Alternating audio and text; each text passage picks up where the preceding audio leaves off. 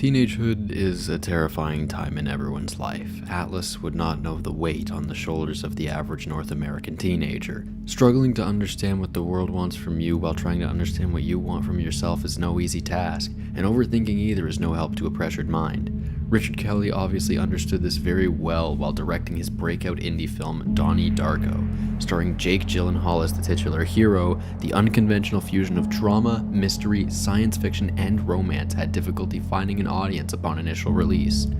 Opening late in 2001 with the looming terror of the 9/11 attacks hanging in the air, the film saw a mere $500,000 run. It would later find success on DVD, hitting sales of more than $10 million.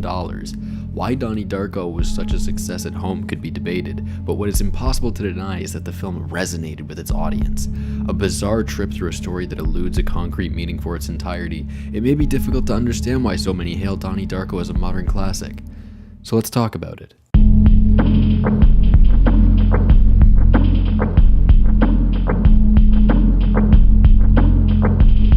The plot, being as deeply intricate as it is, demands your attention at all times, making nearly every second of the film a blink and you'll miss it moment. Science and philosophy intertwine with high school drama and family issues, making for a combo that is akin to pineapple on pizza. It might not be for everyone's liking, but those who enjoy it will tell you it's excellent, and I just so happen to be one of those people. With the time travel elements making up a significant entry in the screenwriter's notes, and with the dimension hopping being a concept abstract as it is, it makes sense that the film is slower in pacing than the average blockbuster. There are scenes in which the tension feels as though it is just oozing out of the screen, dripping down to the floor. The first frightening encounter with Frank, the gigantic bunny rabbit, in the night is a brief instance that I remember as being much longer in my head. After thinking about it, I realized that it's due to the editing of the scene that I remember it differently. The transitions move at a snail's pace, bleeding between two shots with the drone of the ambient score hanging above.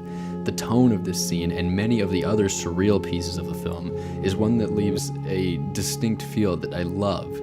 It's not immediately scary, instead choosing to slowly pry its way underneath the skin and giving a feeling of unease. There's maybe one moment throughout the entire runtime in which a jump scare cut is used, and even calling it a jump scare could be unacceptable depending on who you ask.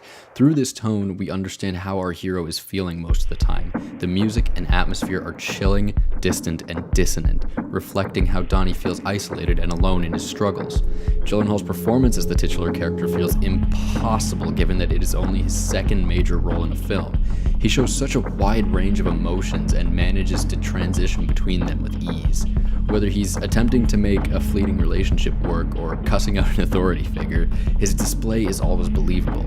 His maniac character somehow remains grounded in reality, even when he's laughing so hard that he's basically asking to be put in a straitjacket. It never feels overdone or unrealistic. This makes an easy task of sympathizing with Donnie, which would seem strange at first given his mentally ill appearance, but makes sense when taking a step back to analyze the whole scenario. On paper, this is a story about time travel through multiverses, but to me, the sci-fi plotline merely serves as a vehicle for a confusing and disorienting scenario for our protagonist. Donnie is a mostly directionless teen who has trouble connecting with others, and on top of the typical teenage struggles, has to deal with the paranoia and fear of an issue that only he can see and understand. The ending of the film could be seen as a world Donnie wishes had been real after the horrible events of the past 28 days. Now, a lot of people will probably disagree with me, but that's the beauty of this film. It never shows its full hand of cards. My interpretation could be, and probably is, entirely different from the person watching next to me. I don't doubt that this is one of the biggest reasons that the movie gained so much traction through its DVD release. People wanted to talk about it. It made of analysis an interest for teens of the era, spawning an entire new generation of writers and filmmakers.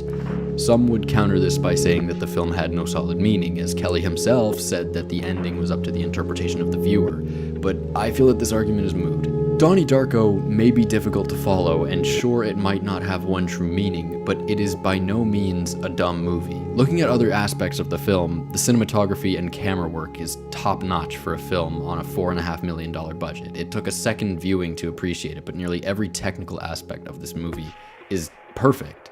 The lighting in every scene, especially the close-up shots of Donnie in the middle of the night, they're so haunting and they're straight up evil at times. The dialogue for each character is watertight, and that's really high praise coming from me. I'm really nitpicky about dialogue. Every character present has some form of depth or conflict. They're not just cardboard cutouts, they're all fleshed out and have a purpose in the script. Everyone does a great job in their own role too. I really like Drew Barrymore, which is something I didn't expect to hear myself say after Charlie's Angels. Besides these great selling points, there are other elements that I did not expect to find in this film upon watching this for the first time. One of those being the comedy. He asked me to forcibly insert the lifeline exercise card into my anus. During the downtime between major plot events, the banter between characters is effortlessly animated and entertaining, yet it doesn't quite intrude on the more serious parts of the act. Another element that stuck out was all of the roastings of authority figures, both directly through Donnie and indirectly through the figure's own ridiculous actions. Not only standing up and shouting back in the face of those who govern the rules, damaging their property and burning their houses too. It's so empowering, and Gyllenhaal does a fantastic job with his delivery both vocally and physically. Maybe it's just because I lean rather heavily to the left politically, or because my mom was restrictive through the majority of my childhood, but either way I found it almost eerily simple to sympathize with Donnie. Now that I'm writing it down, I realize how memorable each of the scenes from the movie is. 2.25 hours is quite a long runtime, and Donnie Darko is bursting at the seams with content to fill it all, to the point that the movie almost feels shorter than its actual runtime. It's difficult to put into words, but then again, so is the rest of the movie. To put it short and sweet, Donnie Darko is a unique film experience. If a friend of mine was interested and asked me what it was about, I would have a lot of difficulty coming up with a text to accurately summarize the film. It shatters the mold in all the best ways, breathing fresh air into older ideas and bringing completely new ones to the table. I'm ashamed I hadn't treated myself to this much earlier in my teenage years, as I probably would have been even more blown away than I am now. Suffice to say, I enjoyed Donnie Darko to an extent that I couldn't have anticipated, and I highly recommend that you watch it as well.